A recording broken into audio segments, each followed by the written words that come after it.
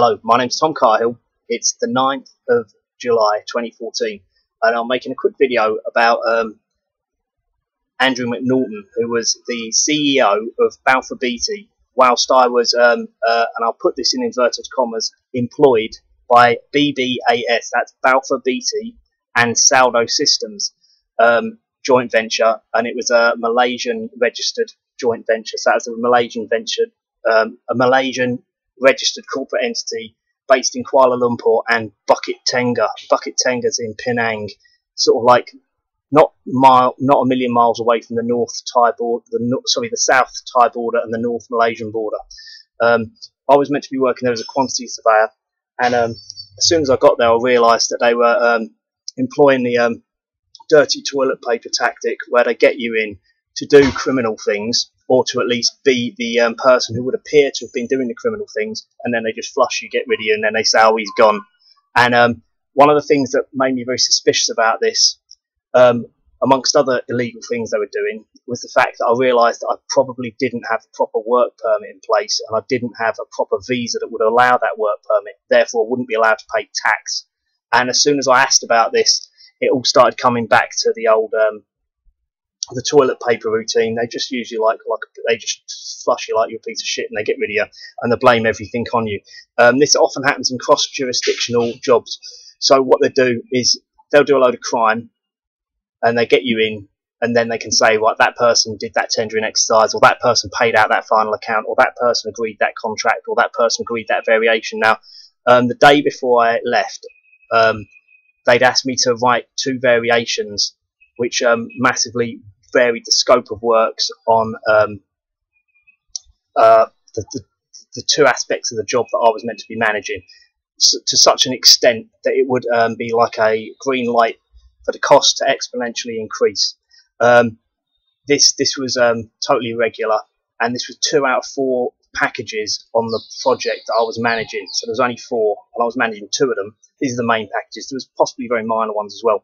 For people who don't understand what that means, jobs are split up into different aspects of work, which are generally done by maybe different contractors, maybe the same contractor. But either way, I was doing 2 out of 4 of them. 2 out of 4 of them didn't have the scope of works in them. Scope of works would be something like if you were getting a loft conversion, and then the builders turned up, and you said to them, right, what's going on? And they said, oh, we don't know. It's like you haven't even told them they're doing a loft conversion, and you've already signed a contract with them to do X, but you haven't said what X is. And this wasn't like a kind of labour-only agreement. This was a complex design and fit, and not procure, but it would be a design and fit obligations on the part of the contractor, because there'd obviously be minor bits of redesign on the installation of what was the comms, the electrification, and the signals on the Kuala Lumpur, eventually to Bangkok. But on this part, it was Kuala Lumpur to Penang, and Penang to Bukit Tengah. No, Bukit Tengah to Pedang Bassar, which is on the Thai border. And it's the Penang to Pedang Bassar part that I was working on. And Balfour Beatty being got over to work on the job, because not to do the earthworks, put the track in, or put the posts in for the electrification, because it's a railway job. So it's called the double track project, and it's upgrading the stations and putting electrification in instead of having diesel trains, and just smartening the thing up. But the thing is, it was quite clearly these criminals working for Balfour Beatty were using the job as a conduit for them to rip loads of money off out of the job. It's quite clear what they were doing. And you see, as you may or may not be aware, like that's actually a criminal offence in England now. If you commit financial crimes in another country, you can get sent to prison in England for it under the 2010 Bribery Act. Furthermore, which was confirmed by their staff on the first day that they knew about this, if you work for a British company or a British subsidiary of a British company, you have to put in place an anti-bribery system, or you are criminally liable. It's basically on the bull in a pen kind of analogy. It's like if you don't leave the gate open, if you leave the gate open, the bull gets out. That's not seen as like an act of God, or an accident. That's seen as obviously what will happen if you leave the gate open. So if it came out and killed a little kid or something, you'd be considered to have basically manslaughtered the little kid. That's the similar kind of, the best example I can think of the Bribery Act and how it works. The point is, if you've got a job in a foreign country, especially a very dodgy country like Malaysia, you've got to put in place procedures to make bribery very difficult. Now, in the case of me, there, you see another of my videos, I was speaking to Calvin, the head of IT. Now, Calvin revealed on that phone call that he's been told, as it's a policy, and they've even apparently written it into the policy from what he says, you can listen to him saying it's recorded call, that they delete all of the emails when the staff members leave.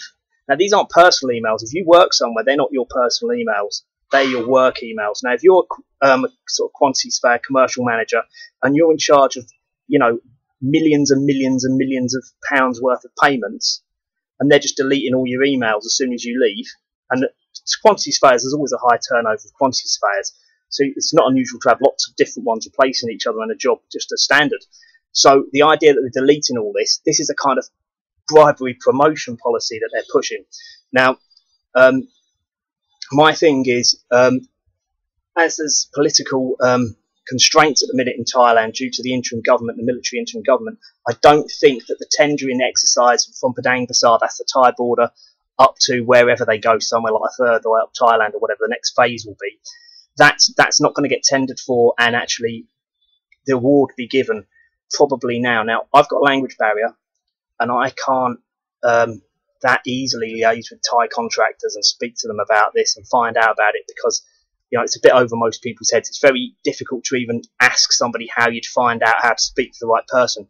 But I'm absolutely convinced that Balfour Beatty, there's absolutely no chance they're going to be able to do that bit of work when they get back into when they get past the border. There's no way they're going to get asked to do that. That's basically, I've decided they're not going to get on that job. So that's a little bit of a background. Now, there's three aspects of criminality which I noticed. Right now, I won't do it in chronological order. When they sort of pay, I'm missing bits of the story out here just to make it clear, just sort of for bullet points' sake. When I left, they didn't pay me as much money as what they owed me, right? They refused to put anything in writing, which is obligatory under the contract that I had with them, which is apparently an employment contract, a Malaysian employment contract, not a contract for services, an employment contract. They didn't, when they made the sort of final payment, even though in the previous payment they had, because they did pay me like the last bit of a month's payment when I first got there, they didn't mention anything about tax. So they had tax on the little form, and they called it final payment, and they said you've got to sign for it to have any money. And they're basically sort of saying you've got to leave the country straight away, that's it, otherwise you're going to be in big trouble, sort of thing, trying to threaten me. Now, just an aside, and I don't want to get off the subject, I know for a fact from the first day, the trainee who was sat next to me told me that they've got this dodgy Indian who, if you don't know, you don't know. In Malaysia, you've got Malays, ethnic Malays, you've got Indians, and you've got Chinese. That's basically how it works. You don't really have any other countries, people living there.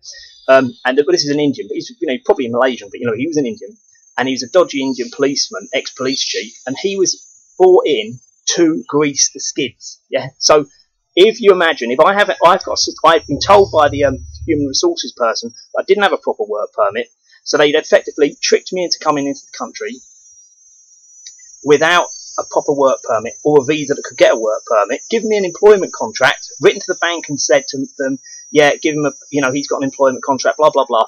But you see, you know what they'll do? If you give them any trouble, what they'll do is they'll get the police to sort of trump up some charges on you, saying he's done this, he's done that, or we had to pick him up because he sort of was having a fight or something. And the next thing they'll say, oh, and he isn't legally working, so they'll put you in prison or something. This is the way these cunts will actually operate. This is standard practice on foreign jobs. They're very tyrannical, very racist to local staff. They're horrible people. They're British expats. A lot of them behave extremely badly when they're abroad, and that doesn't just extend to little brown people. That will be anybody. They're just like tyrants, and lots of nepotism, all that type of stuff. Disgraceful behaviour. Anyway, getting back onto it. So I was there. I realised that I didn't have a work permit because the human resources lady said, "Oh, we just sort of get round to it later" or something like that. And I was a bit suspicious of this, but when you just started somewhere, there's not really any point in making a fuss about things. You best just like having a little think, because of course you're still shell shocked from all the jet lag and all that, which lasts quite a long time if you're having to sit in front of a computer, pretending to do work and stuff like that, because it's virtually impossible, because you're just completely zonked, and you work 10 hours a day, then you've got to drive back to a hotel that's miles and miles away, and all traffic in the dark, and you don't have a clue where you're going, and none of the street names mean anything. They're just like gibberish and all that stuff. It's very, it's stressful, and it's difficult to get your head around things. So you're best like keeping your mouth shut, sort of just watching things, and then things will fall into place. So I didn't have the proper visa for a work permit, so I couldn't have a work permit, so I couldn't have an employment contract, so that's a fraud. So I couldn't pay tax, but they had like income tax and national insurance on the sort of payslip. It was a proper Balfour Beatty Ansaldo system payslip. So I had one of them, and I got my sort of what they call final payment, which I signed under duress, because it wouldn't give me the money otherwise. And they were demanded to have the car keys and all this stuff. Anyway, so I signed that under duress, blah blah blah, and I said, under what contractual mechanism are you giving me this payment? I put it on the back, sent it back to them. I photocopied it, so I had a copy of it, so they know I had a copy of it at the time. Right. The point is, then, I gave them some hassle about a month and a half later or 2 months later, I forget exactly when. I said, look, you haven't terminated my contract. You can't just say that's it, it's terminated. You have to give notice to terminate, and you have to give a reason. Now that's, as I was alluding to before, under Malay law, that's the law. Under the contract terms on that actual piece of paper, it says you have to do that. The agreement I signed prior to me embarking to go and do the job. And also, of course, if it's a British company or any standard international contract, everything has to be in writing. That's what you do. Now, I think there was a reason behind this. It was partly because they want to sort of deny that I've ever been there. That is one of the reasons. And a lot of these companies do that. I've come across it very, very recently, in fact, where someone wanted to do the same thing. That's a different matter. But the third thing is, right, I would not be eligible for tax. So you've got the first payment, which was just like the end of the month. Then there was this final payment, which wasn't put through on a proper pay slip. They literally gave me cash. It even had coins in the envelope. And these coins are worth less than 1 pence. And they had all these coins. They're very, very petty, very childish, like not proper grown-ups, really. And what happened was, they gave me this, but they didn't mention anything about tax on that one. But then when I asked for more money later, I said, well, hang on a minute, what about my limousine expenses? What about my flight home? You told me I had a flight home, an open ticket, then you booked it for like 10 hours notice. So they just basically wanted me to, I would have had to leave my laundry. I wouldn't have even got a night's sleep. I would have had to sort of like, absolutely incredibly unreasonable. Absolutely. And there's loads of terms in the contract saying about how they've got to deal with, like disputes and all that type of stuff. They didn't adhere to any of that. They're just very, very sneaky indeed. But the point is, this is the big deal. When they give me the payment when I was staying in Thailand later, they said they took tax off it, right? Now, how can they take Malay tax off it if I'm not even legally working in the country? I'm not working there anymore. I wasn't even in the country. So you're not legally working there. They've taken tax off, so they've effectively stolen my tax. Yeah, because they can't pay it to the Malaysian government, because then they'll have to admit that they were illegally employing me, won't they? So they can't do that. Or they weren't employing me, they were pretending. So they're taking like the equivalent of national insurance and income tax from me. So that's one aspect of crime. I mean, that's just plain fraud. The other thing they were doing, this was the thing that I first noticed, was they'd sacked about 150 of the locals they were working via a subcontract company. And they're basically saying they're a shower of shit, they're useless, and they can't do anything properly. Now, these were all heavily supervised by British expats anyway. So if a worker's doing semi-skilled work and they're not doing it properly, yeah, once in a while you get someone who just will repeatedly not do it properly, but it's very rare. And if you've done hundreds and hundreds of miles of track, and it was terminations, which is where you're linking the little junction boxes up to, you're just doing the same thing again and again to a plant. It's semi-skilled work at best. Now, and they had training was included in it. So what they did is they got rid of all these Malaysians, and they were getting paid, I think probably charged out something around, I'll use English pounds just so you understand, like about £15 a day. I think they get paid a bit more than £10 a day each. So it's something like that kind of figure. So what they did is they flew over about 100 English workers, or English and British workers, most of whom have come from the London Underground and Network Rail, all on £400 a day charge out. Now, these weren't a Balfour Beatty subsidiary. Balfour Beatty didn't set up a subsidiary to do this. This was their mates. So this isn't Balfour Beatty. I'm not making any money out of this, yeah? They're charging them out £400 a day. Again, there's no secret about it. The guy who set up the company was taking £100 off that a day. So he's taking 25%. Now, if that's 100 people, that's 10 grand a day. Now, I looked at the contract he had, and there's loads of mistakes in it. He was semi-literate. I think he's probably dyslexic. It's a typical kind of contract you see when you've got a Freemason conspiracy where they're basically just putting a kind of audit trail together, which doesn't really make any sense. And it's quite clearly that that money's going to then go round the back and it's going to go into bribes and payoffs. It's fucking obvious, right?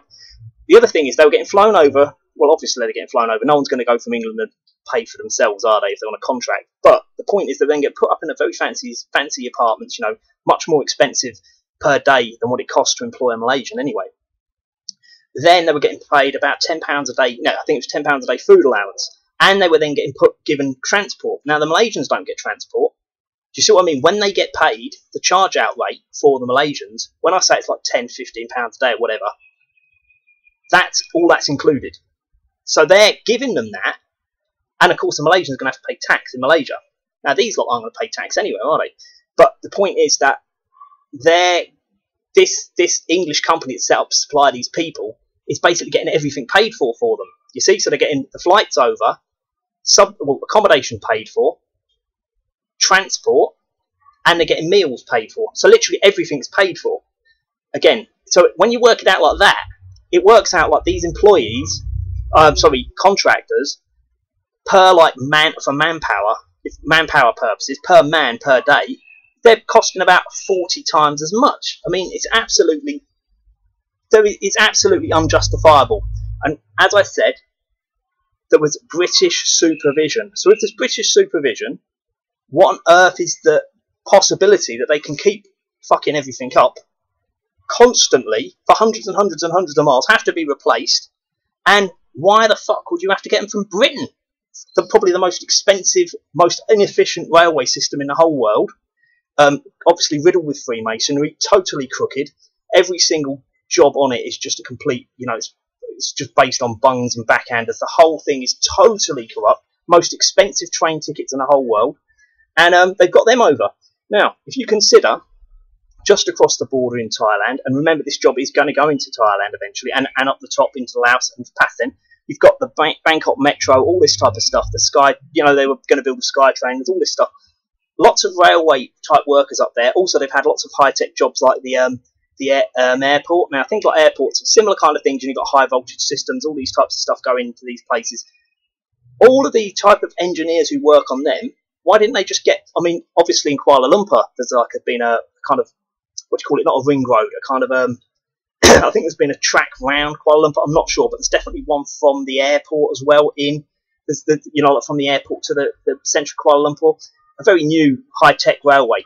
So they obviously have got the workers to do this in the country, and I know that there are people who can do it. So they're deliberately getting the most expensive possible people. It's the most inefficient. It's deliberately inefficient. Now, one other thing, just to make it very clear, that this isn't about Balfour Beatty stealing money for Balfour Beatty or the shareholders, right? This is very significant.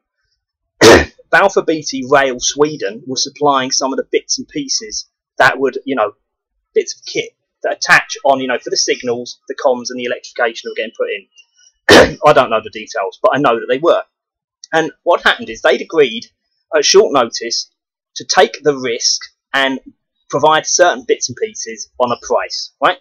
On a price. Now, if you know the difference between on a price and remeasurable, you take the risk, you put in a kind of contingency, whatever you think you can, you know, whatever you think you risk you're taking, you take a risk and you get paid what you say it's. Like if you said, oh, I'll paint that room, have you got the paint there? Oh, I'll do it for £100. I'll paint the whole room. So it doesn't matter if it takes 3 days or half a day, you're still going to get £100. That's how on a price works. And this is a Balfour Beatty company. Now, under the Balfour Beatty PLC, based in Britain, Balfour Beatty Rail Sweden puts money into the PLC. Balfour Beatty Rail Malaysia puts money into the PLC. Significantly, I didn't know this at the time, Balfour Beatty, in the past, has been in trouble on some kind of dam project in Malaysia for all sorts of corruption in the past. So Balfour Beatty Malaysia would be the one, if anything, you'd want to be a bit more careful about from a kind of like overarching perspective. So what doesn't make any sense is the fact that you've got Balfour Beatty Sweden coming down every like few months and asking for their money, and these lot saying, "Oh no, we can't pay you. We've got to tell you where all your costs came." They're asking where the costs come. so that then they can start saying, oh, we're not going to pay it on a price anymore. We're going to do this and we're going to do that. Now, of course, if you're going to do something on a price, you're not going to spend a lot of time trying to match it up to units and rates and things like that. So you're not going to be like really interested in that, because you've already agreed on a price, and on a price means on a price. You're just going to get paid what that is when you've done it. So you're not going to be necessarily allocating your staff to that job. You know, you might be just saying, oh, can you do this thing, can you do that thing? That might take weeks and weeks and months. You know, it's very difficult for you to prove cost. Not that you should have to, because you've agreed that it's on a price. But anyway, so effectively you've got Balfour Beatty employers conspiring with contractors to rip Balfour Beatty off. Now, as always comes up, people will say, why does this bother you? Right, the reason it bothers me, because they're trying to use me to do criminal things in a country where you can get sent to prison for a very long time. Not that you're very likely to, but the point is that I don't need to be doing criminal things when I get paid all right anyway. And this is the second thing. They were pleading poverty and saying, oh, we don't have very much money, we can't pay you really good money. And I was getting paid probably about £250 a day before tax. And I say before tax, but there wasn't any tax, but they were taking it off, weren't they? So £250 a day isn't good enough for that's under the going rate. Now they said, oh, but it's like a beach resort. Now Penang, if you've ever been there, it's a shithole. It's got like rats everywhere. It stinks of shit. It's a fucking shithole, right? So it's a hardship location. So that should be £500 or £600 a day. So you're getting paid less than half what you'd normally get, and you're getting this tax, but it's not tax, it's just them stealing it. So you're working out, they haven't bothered got you, so you're working illegally, you realise. They haven't sorted anything out. They haven't got your things like your mobile phone and stuff like that when you get there that you meant to have. The car wasn't there. When I got the car, the petrol card didn't work. All these things, and they dumped me without any petrol in it. And, you know, like, I didn't have, you know, when you don't have any money, and they said, oh no, we'll give you some money. As soon as you get it, we'll give you some money. Don't give you the money. And you get fucked around like you wouldn't believe. And, of course, as you imagine, if you've ever worked abroad and you arrive on the first day, they want you to start working straight away as you've just got off the aeroplane. You know, you're not in the best shape whatsoever, I can tell you that now. And the point was, ever since the very, very first day, or maybe it was the second day, I forget, because I said my memory's not, in terms of, you know, things like your timescales and that, they do go out the window when you're very tired. It was either the very first day when I literally arrived and went in at about 3 o'clock when I arrived, Malaysian time, or it was the second day, you know, the first day proper. I talked to my boss, Graham Donald, and I asked him, who's the kind of apparent commercial manager, allegedly, that's his job title, and I asked him, what are we doing about the provision of the Bribery Act in England? And I said, is it applicable? And the example I'll give to you here is Woolworths. In Germany, there's a Woolworths. In Australia, there's a Woolworths. In England, there used to be a Woolworths, but there isn't anymore. So Woolworths closed down, but those Woolworths didn't close down. It's not the same with Balfour Beatty. Balfour Beatty isn't just a name that they're using in Malaysia that somehow maybe used to be linked, but now it's severed the links. It is the overarching, and it has got overarching responsibility. All over Balfour Beatty's offices, they've got these wanky posters with black men smiling on them. You know, the way all British racist contractors have. Black men wandering around with hard hats, smiling, and they're saying things like you can't put a price on safety. There's a whistleblowing line. If you whistleblow, you won't get sacked. All this lies that all British contractors tell constantly. Yeah, smiling black men. There's always a smiling black man. Always a smiling black man. That's how you know they're lying. Not the black man, but they think it's cover. All of them. Any British contractor's got it. Right? We're not racist. You can tell us about things that are going wrong, and nothing will happen to you. So they've got actual British Balfour Beatty posters all over the office. There's no Ansaldo systems on everywhere. It does say Ansaldo systems when you go in, and it does say Ansaldo systems on the payslip, but there's no Ansaldo systems people there. They're all Balfour Beatty people, yeah? There's all different Balfour Beatty subsidiaries. It's a bit confusing, but, you know, they're all Balfour Beatty people. Some from Malaysia, but most of them are British, or a lot of them are... No, most of the sort of junior staff are Malaysian. But anyway, so you've got all this lot come across. It is linked. So using the Woolworths example, which is a very good example, just after Woolworths closed down, I went to Germany working, and there was Woolworths everywhere. It actually sold different stuff to Woolworths in England. And then in Australia recently, I went there, again, it looks different from the German Woolworths, sells completely different stuff. Again, it's more like a Tesco's or something. Right, so he said to me, Graham Donald, when I went in and asked him this, I said, so what are we going to do about the bribery legislation? Does it, are we tied to the main company? And he said, oh, yes, we are. We had to go on a big course about it. And I was like, or something like that. He talks Aberdeen. Anyway, and then I said, and he said, well, and don't quote me on this, but I think he said it was a 3-day course. Now, if you bear with me and just think back a minute, the bull in the field analogy, you have to put in an anti-bribery, plan, like a health and safety plan. Now, there's no hard and set rules about that, but you've got to show, it would be things, I'd imagine. I'm guessing here because it's not prescribed. This is not something, this is not a prescription. This is that you have to do one. They're leaving it up to you. And, again, it's not specific to construction. It's not anti-bribery in construction. It's anti-bribery in any industry. So it would be very wildly, I'd imagine, through different industries. But I'd imagine it'd be stuff like you'd have to get a certain level of seniority in management to sign certain things off. That's called corporate governance in England. Again, another wankerism that gets used in England. But that's what it'd be called in England, so that you couldn't have low-level people signing things off. So, you'd get less. You couldn't then get the boss of the company denying he knew about it because his right-hand man would have signed it off and he would have maybe had to look at it himself if it was over a certain amount of money, that type of stuff. Anyway, when I said to him, so what have we done about that? And what do we need to do about it? And I was in a room with him with the door shut. So I was just talking to him like I'm talking now. And he said, and remember, I just asked him, does it apply? So it wasn't like I was going in there sort of telling him. I was just saying, well, what do we have to do about that then? And he said, oh, well, no, anything at all. And he went all hoarse. And I thought, oh, fucking hell. And I said, right, well, I think we need to do something, And you see, and I'll stop here for 1 second and just explain to you. If you're going to do something criminal, you're best off having some bullshit policy in place and just work around it. And if the policy looks good, then it's plausible deniability. Do you see what I mean? That's the way you want to do it. There's lots of ways around these things. But if you don't have one in place, it's like a red flag. Now, if you've been put on a 3-day course by Balfour Beatty, not Ansaldo systems, you've been put on a 3-day course, again, like with this training of these people doing the semi-skilled terminations, which is, putting the cables in and, wiring them up to the junction boxes, semi-skilled work, there's been training. So if all the people are fucking everything up every single day for miles and miles and miles, and you're supervising them as well at great expense, how the fuck they can't keep fucking it up? It's impossible for them to keep fucking it up. It is impossible unless the management's defective. It can't be the staff. And if the staff aren't any good and it's semi-skilled work, why don't you just get rid of them and get new ones in and do the other ones a bit of training? You do not need to get people from England. See, the whole story makes absolutely no sense whatsoever. So, we go with the 3 aspects of criminality, the main ones, right? You've got them stealing my tax and doing visa fraud and, all kind of immigration type fraud like that. I was legally there, but just as a on a 3-month visa, just as a tourist type thing. Then you've got this thing with the getting all the people over on £400 a day to do semi-skilled work. And this is where it gets very interesting, right? As soon as I put this up on the internet to protect myself, because I went to see the police, and before I went to see the police, I wanted to put it up on the internet, and I wrote a 12-page report. What I did is I put it on the internet. I put it on Scam Informer. Now, that article seems to have disappeared now. I don't really know how that's happened, but Scam Informer seems to not be obtainable. So I don't know what's happened there, but that's just happened. I've just noticed that in the last few days.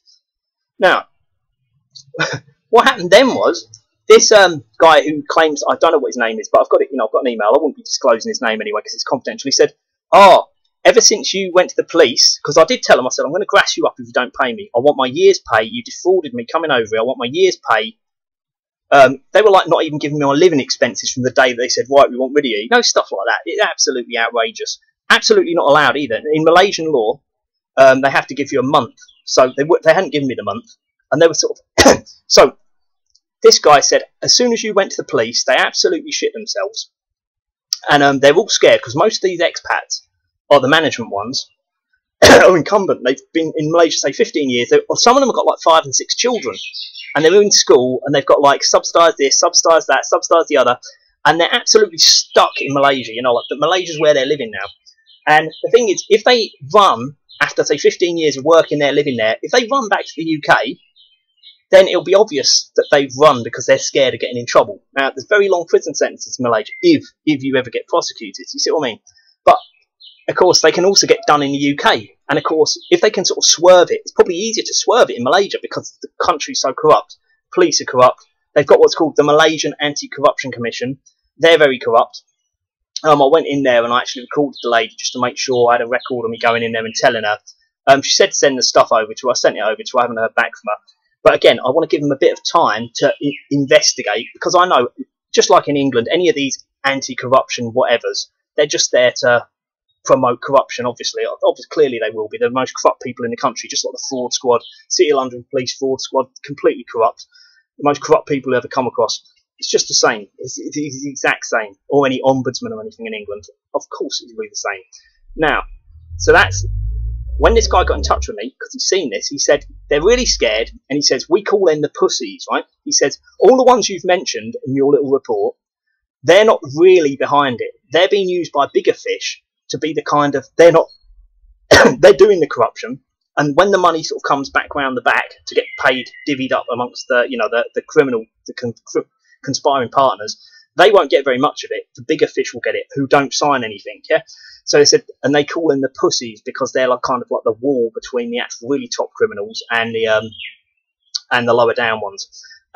He said, but they all think they're going to prison. And I thought, well, that's good. That was rather satisfying to hear that. And I've got no reason to disbelieve him, because the last time I spoke to Graham Donald, he was actually crying on the phone. He just said, I just want you in the country as soon as possible. Like, he was crying, right? So I knew he was scared. And I mean, I don't mean to like bully somebody unnecessarily, but if they fucking got me over to the other side of the world for a year's contract to work illegally and put through criminal payments that could get me 25 years in prison, then obviously he deserves anything that's coming to him. So, you know, he is going to get a lot more shit very soon. He's not, you know, he's going to get in lots of problems. And of course, the people above him, like Adam Stewart is his boss, and Conrad Fawcett, a smirking little sarcastic little wanker, he's going to get in lots of trouble as well. Just a little side note on Adam Stewart. Adam Stewart threatened to murder some of the storemen because stuff was going missing from the stores. He said he was going to burn them to death in their huts. He's a complete Billy Big Bananas imbecile for me. All of these ones were British. Donald was Scottish, the other two are English. But anyway, moving forward, this guy, this is the major thing that I have no reason to disbelieve, but I can't prove, obviously, because I have to dig up the track and find out. Wouldn't be particularly difficult to. He says that's not the big corruption, this getting all these white people over to do it. And obviously, I mean, I was only there 3 weeks, so I'm hardly likely to find the really big tickets in town straight away. And of course, the other big one was, of course, the variation, you know, like literally varying the entire scope of works on 2 out of the 4 packages. Like, you know, so they can literally just put in a variation and put in anything they want on day works. I know a lot of people, this won't make any sense, but like I said, it's like you've told someone you're paying someone to do a loft conversion, they turn up on the first day, start working away, you go down a week later, you say to them, what are you doing? They go, I don't know, what are we doing? You know, you already started paying them. They don't even know what they're doing yet. They can put variations in, and it wasn't in the contract, you know what I mean? Major incompetence, aka a constructed fraud from day one, yeah? Premeditated, absolutely premeditated, not just on the job little bits of scheming. This is premeditated fraud. And considering they're only on that job to do the electrification, the signals and the comms, and that's all they're doing. And there's 4 packages doing that. 2 out of the 4 packages I was involved with, the other 2 I wasn't. But I'll bet you the other 2, if Graham Donald was involved, they won't either. So the whole thing, and that's absolutely, you know, it's very hard to describe it to somebody who doesn't really understand. But I said, it's just like a loft conversion. People turn up, they've been around your house for a week, and you say, oh, right, how's it going? And they go, what? How's what going? You go, what? A loft conversion? Do you want a loft conversion? Oh, we can do that. Well, I thought you were supervisor. No, doesn't say that in the contract. You're like, no, it doesn't, does it? What does it say? Well, it doesn't say anything. But we've already started paying you. It says the price, we're going to pay you that money, but you're going to get more money to do all the other stuff now. All the stuff that you're meant to be pricing for. But we didn't tell you the price for it. You see what I mean? Again, it is hard to get into your head because it's so off the wall. Right.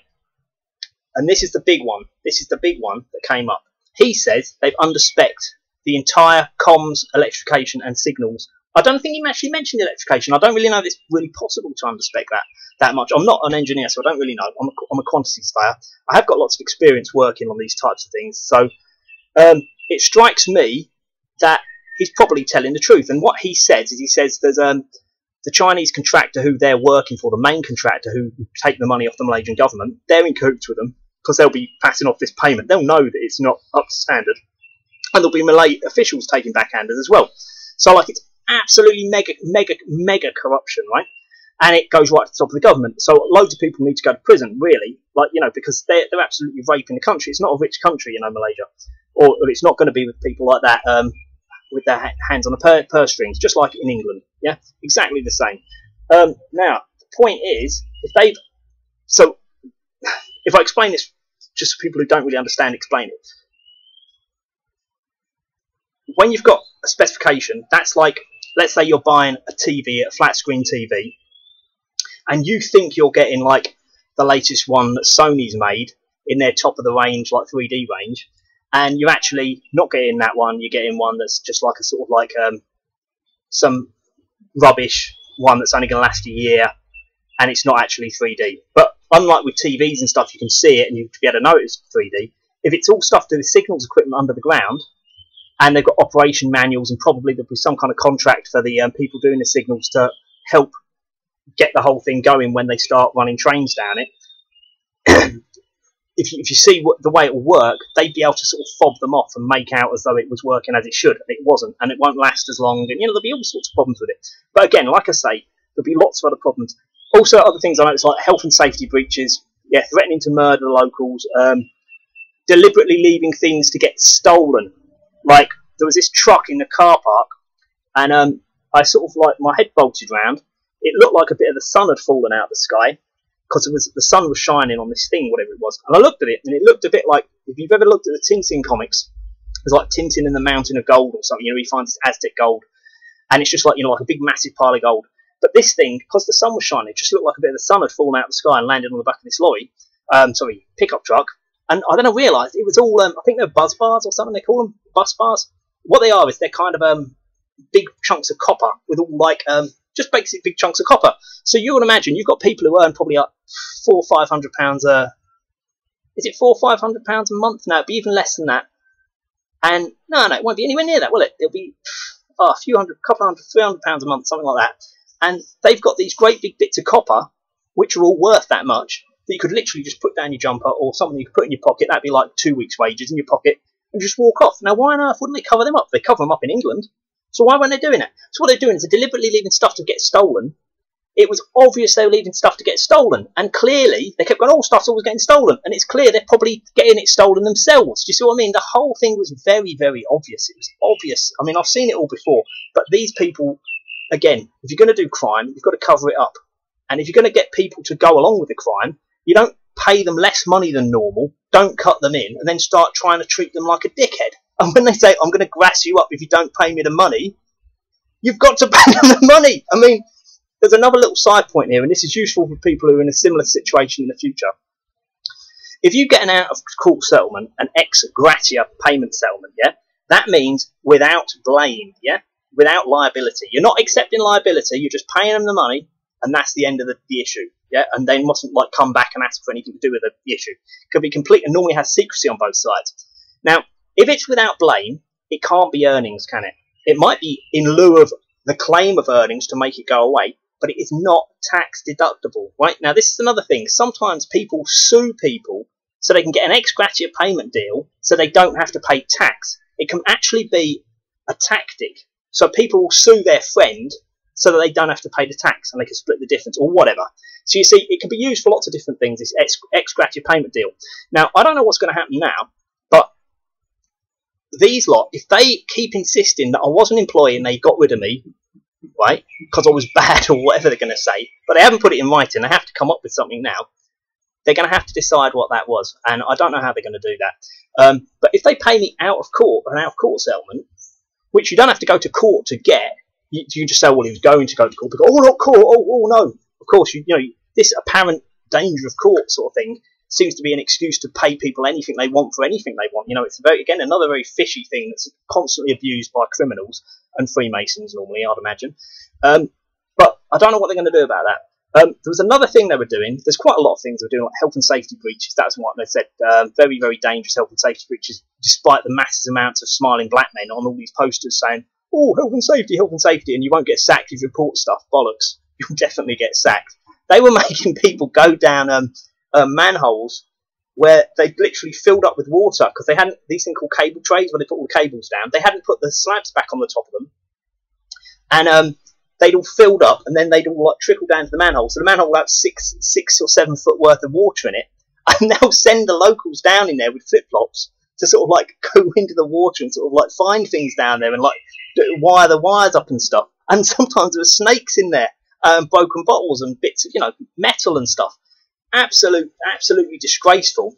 What's even worse is the whole way along that track they had these interlocking like roofs that went on top of the cable trays like this. So when you put one down, you stick the other one down, and they kind of link together like that the whole way along.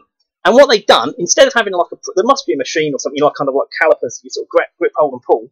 They've just literally been smashing them. So every single one of these brand new bits of kit where they'd stuck the big, the wiring in and stuff, laying it's called cable laying, where you're laying the cables down. They smashed every single one of them. So every one of them's, for want of a better word, dog-eared. It's all smashed, and they've done that the whole way on the whole thing. This is for about thousands of miles. It's absolutely outrageous. Absolutely outrageous. They were destroying everything they came in contact with. Okay, right. So so just to recap, I did go to the police. I told them about it, and I did tell 2 people at the head office of the PLC in England who confirmed they were going to look into it. One of which was Andrew McNaughton, and one of which was the human resources boss. Andrew McNaughton's now been sacked. It also reports in the news that he resigned. But how could he resign and then get paid a year's pay? Now, he was definitely sacked. He's been sacked, right? I mean, I doubt he'd even deny he got sacked himself. But the point is, in terms of his personal responsibility, he can't get rid of that. And I haven't heard back from him since I contacted him. Now, the human resources person, I told him, I put on the report, anti-tipping off notice. I'm only telling you to, don't pass it on to anyone else, because it's a big company and it will get back to these people. You're not allowed to tip people off about financial crime. It's an actual offence called tipping off in England, yeah? So they're in England. This fucking idiot, complete imbecile, writes straight back to me. He says, my intentions are, I think, threefold or twofold. First, to make sure we lawfully settle with you to get your entitlement or something like that. Second, to establish that there was nothing going wrong on the job. So he basically says that he's deliberately going to make sure nothing, it's very biased. And then, but he says, but don't be, I'll warn you about, making this public, because I told him I would make it public because I didn't have any money. He says, because, it could have negative consequences to your outcome. And then he said, of course, time limits, it's not reasonable for us to do it immediately. And I said, look, I don't care if it takes you longer, but I just need some money to live on. He says, because my card got swallowed in a cash machine, so I didn't have any money. I wanted money sent straight away. And of course, I was owed money from things like living expenses and all sorts of stuff like that. So they could easily just say, yeah, he's owed that, just give him £1,000, something like that, which sort of suited me for quite a while in Thailand. And what he did is he said, of course, we're liaising with the staff in Malaysia. So he basically said that he tipped him off. That's a criminal offence, and he's admitted it in writing. So obviously he can't deal with it. Andrew McNaughton's the only other person who's technically got it. Now, his secretary looks at his emails. So you can't blame her. Do you know what I mean? I know technically maybe you can, but you can't. I mean, she's very polite, very helpful. Point is, if you've got someone, mowing your lawn and they sort of pick up a parcel for you and then give it to you, and it's got drugs in. I mean, are they involved with drugs distribution? They're not really, are they? It'd be a bit silly. So I'll just let you know that's happened. The Malaysian police were informed.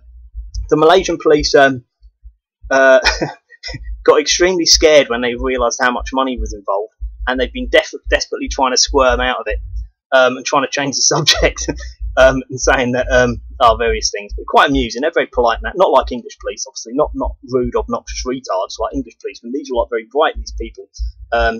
But they were very scared because of the huge sums involved, and it was quite an effort. But I did get a crime reference number. Again, virtually impossible to get a crime reference number in England anymore. They'll probably arrest you rather than give you one. Get a crime reference number on you. But yeah, I did get a crime reference number, and I've got all that. And that's where the situation stands now. And what I'm going to be doing over the next couple of days, today being Wednesday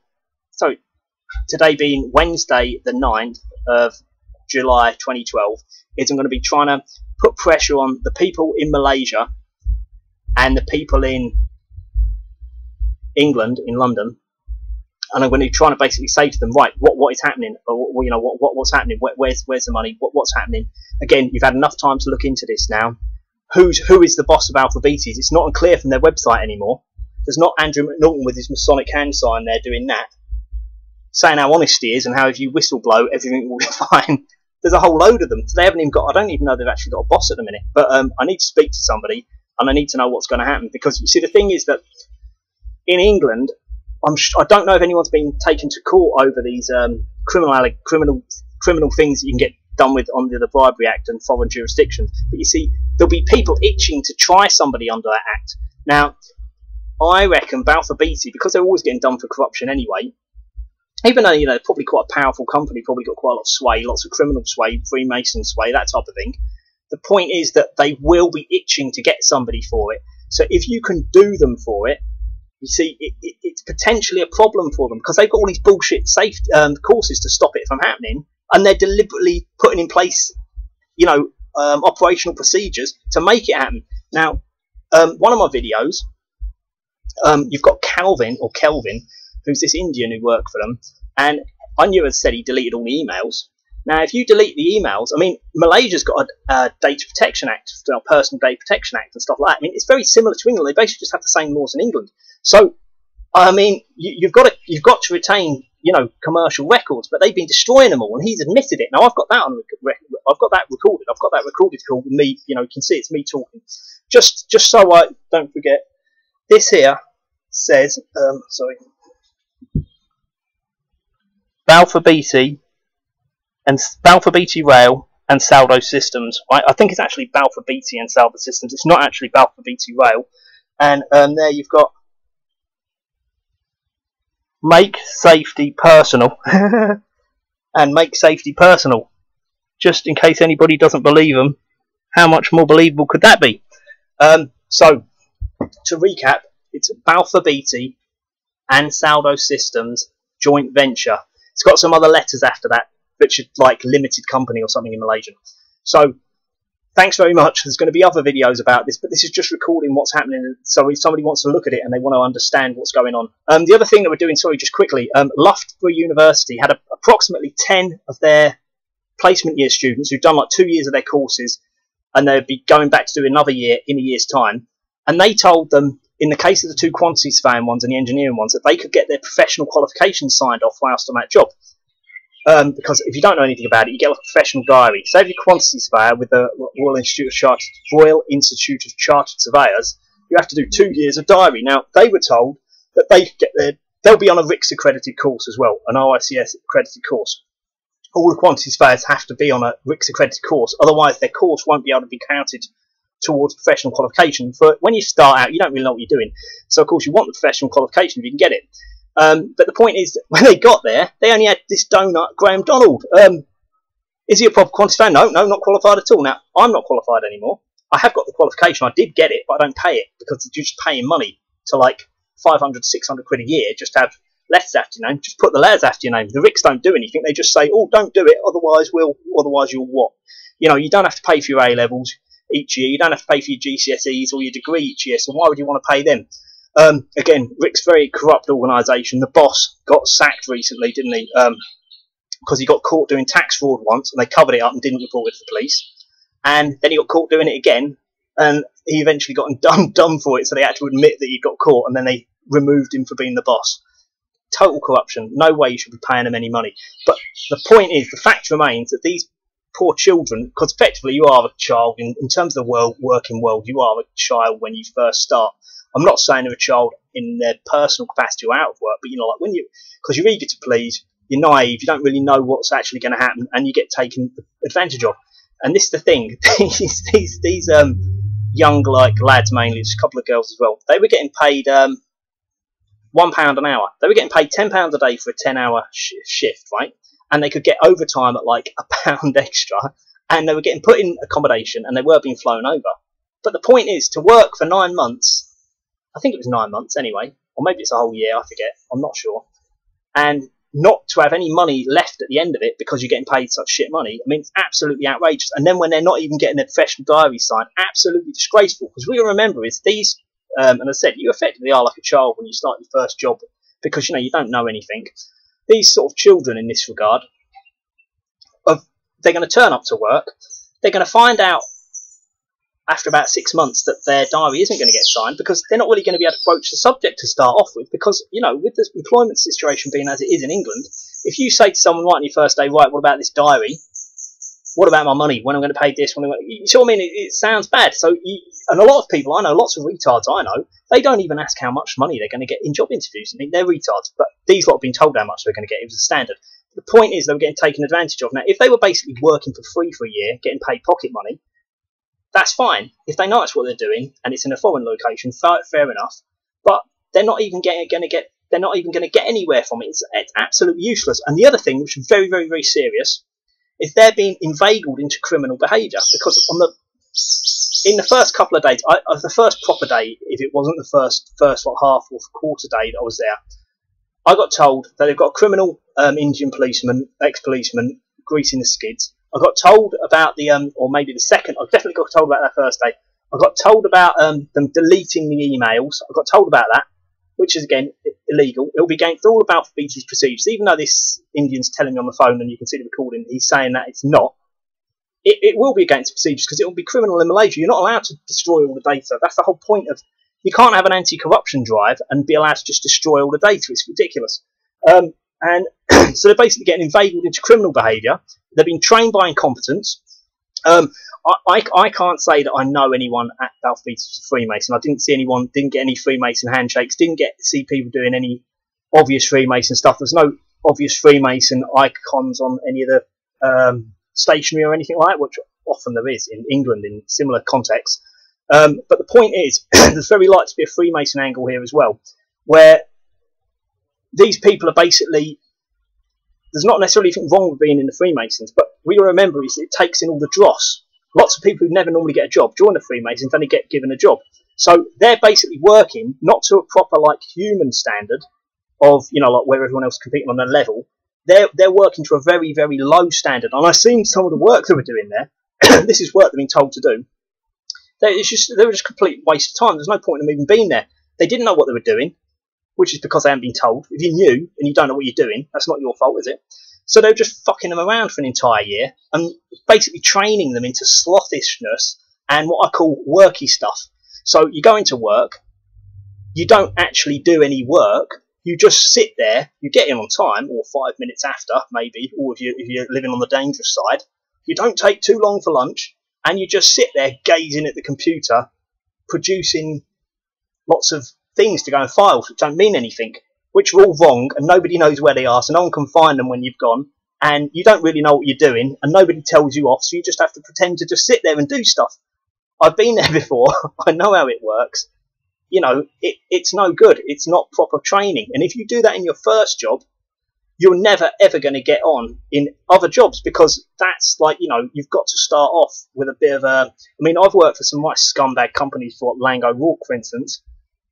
You know, the point is, fair enough, they mistreat all their staff, but you do have to actually know what you're doing. To a point, yeah? They make sure you know what you're doing. And if you don't know what you're doing, you won't be there for more than a few weeks.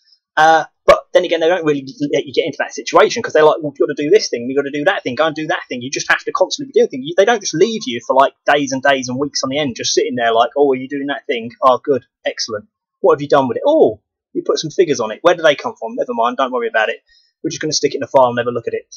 A complete con. Anyway, so I've been Tom Cahill. It's Wednesday, the 9th of July, 2014. If you want to get in contact with me, the best way, because I'm going from different places at the minute, is on Skype, which is, my name is T0MCAHILL. That's T0MCAHILL. That's a 0, not an O in Tom. Or the same at hotmail.com. You can get me on that address. Okay, hopefully this has been helpful and you know, educational, because I've worked in a few expat jobs in the past. But this one, I'm going to blow this one open. This is going to be a big deal. I don't know when I'm actually going to put this video up, but this is just the date is when I'm actually doing it now. So thanks for listening. Any comments or any information critically going forward to, you know, because we don't want Balfour Beatty getting on this job going forward into Thailand. And if they do, I mean, they're going to have to do something pretty amazing to justify not acting up to this point, considering I've written them reports and all sorts explaining exactly what's gone on and what's gone wrong, and the fact they weren't gaining anything for Balfour Beatty. It was the staff stealing from Balfour Beatty and the shareholder and the Malaysian government. I don't know. I don't see how they're going to do that. Maybe they will be able to. So thanks a lot. Please comment. And again, any information you've got, or if you're interested in, or you can give me any information about the tendering for the Thai phase of the job, which I'd imagine will be an English language contract, because all these big international ones are. That would be very helpful. Or if you're a consultant who's interested in trying to get onto phases of that work, you know, like engineering or quantity surveying or cost management or whatever else consultant, then I'd be interested to hear from you, or you might be interested to hear from me, because I might have some interesting information for you. Thanks very much for listening. Bye bye.